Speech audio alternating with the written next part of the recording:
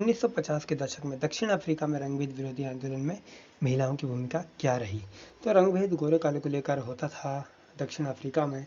रंगभेद का मतलब होता है जो गोरे काले को लेकर जो सामान्य नस्लीय भेदभाव होता है उसे हम रंगभेद कहते हैं। रंगभेद यानी कि इस तरह साउथ अफ्रीका में काफ़ी ज़्यादा बढ़ गया था और इसे उत्पीड़न का ट्रिपल योग कहा गया। ट्रिपल योग यानी 3 तरीके से भेदभाव करना। एक तो कास्ट के बेस पे है ना, जाति ऊंची नीची, और एक लिंग के भेद पे यानी महिला पुरुष को लेकर, और दूसरा क्लास को लेकर, अमीर गरीब को लेकर। 3 तरीके से भेदभाव हो रहा था। वहाँ पर एक पीछे सत्तात्मक व्यवस्था थी, वो पीछे सत्तात्मक समाज था वहाँ पे। तो महिलाओं के लिए क्या थे, विशेष अधिकारों को महत्वहीन माना गया था। जहाँ पीछे सत्तात्मक समाज है वहाँ पे महिलाओं के अधिकारों को महत्वहीन ही माना जाता है। और यह कहकर पुरुषों के बंधन में उन्हें बांध दिया जाता था और ये कहा जाता था कि उनको अधिकार देकर क्या होगा। और उल्टी दहेज प्रथा भी वहाँ पे थी, लाइक कि पैसा दो और महिला पर पूरा अधिकार कर लो, यानी उसे खरीद लो। तो खरीदने बेचने का काम चल रहा था और हिंसा काफ़ी ज़्यादा बढ़ गई थी और व्यवहार भी बहुत गलत हो रहा था, जो पतियों के हाथों द्वारा गलत व्यवहार किया जा रहा था। रोजगार भी नहीं दिया जाता था वहाँ पर महिलाओं को जो काली होती थी, और ना ही उन्हें मेडिकल फैसिलिटी यानी चिकित्सक सुविधाएं दी जाती थी। तो इन तरीके से भेदभाव उनके साथ किया जाता था।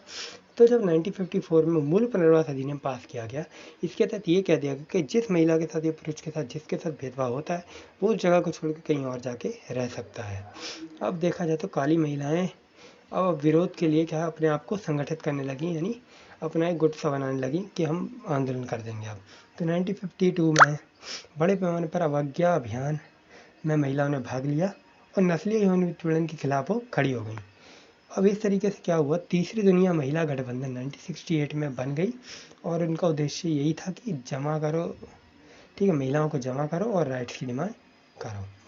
अब तीसरी दुनिया महिला गठबंधन 1968 में जो बनी थी और राष्ट्रीय अश्वेत नारीवादी संगठन 1973 में जो बनी थी, उन दोनों का उद्देश्य एक ही था कि जो ये काले गोरे का भेदभाव वो ख़त्म किया जाए, जो भी सुविधा हमको नहीं चाह रहे वो दी जाए, और राइट्स की डिमांड यानी अधिकार हमको भी दिए जाएँ जो पुरुषों को दिए गए हैं या फिर गोरों लोगों को जो मिल रहे हैं।